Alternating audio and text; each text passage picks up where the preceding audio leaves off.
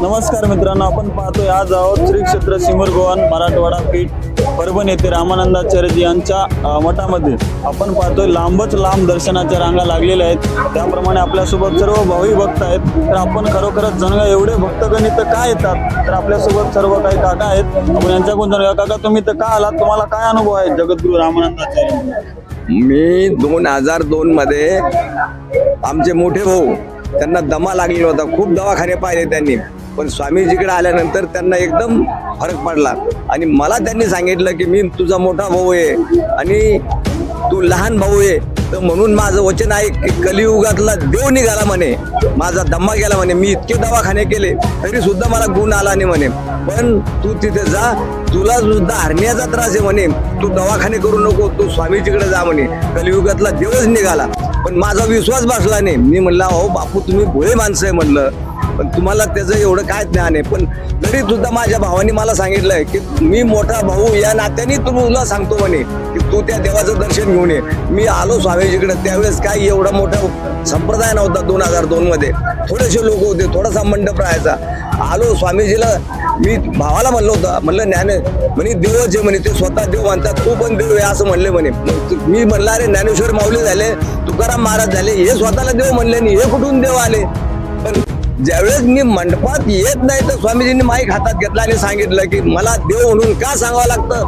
तुकाराम महाराजांनी, ज्ञानेश्वर माऊलीने का सांगितले नाही? तेव्हा माणसं देव होते म्हणे, आता माणसं राक्षस रूपी झाले, म्हणून मला सांगावं लागतं की मी देव आहे आणि तुम्ही पण देव आहे, तुम्ही पण देव होऊ शकता.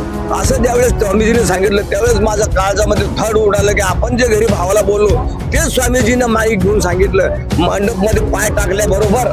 तर अशाप्रमाणे मग मी माऊलीला सांगितलं की मला हरण्याचा त्रास आहे. माऊलीने सांगितलं काय होणार नाही म्हणे, थोडंसं ऑपरेशन आहे. पण माऊलींच्या सानिध्यात येऊन त्यांनी भक्ती सेवा करत. तुमचं काय?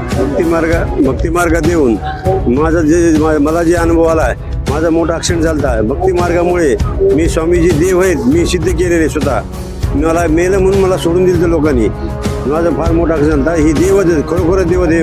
पहिले प्रभू रामचंद्र आहेत. आता काय वाटतं तुम्हाला भक्ती करता आनंद, मत, सुख आणि समाधान सर्व श्रेष्ठ आहे.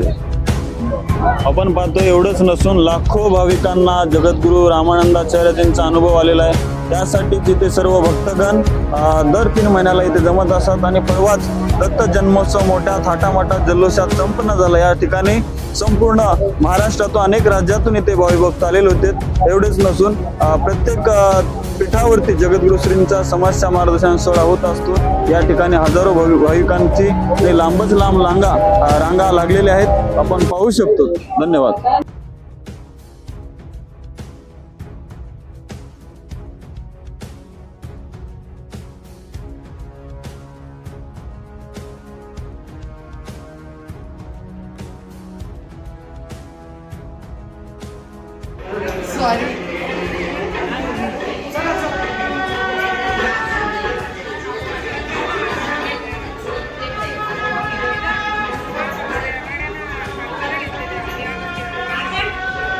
जशास तसे ताज्या घडामोडी पाहण्यासाठी व आपल्या परिसरातील बातम्या प्रसारित करण्यासाठी आजच आमच्या चॅनलला सबस्क्राईब आणि लाईक करायला विसरू नका. संपर्क करा वेद न्यूज मराठी, सिद्धेश्वर मठपती, मुख्य संपादक.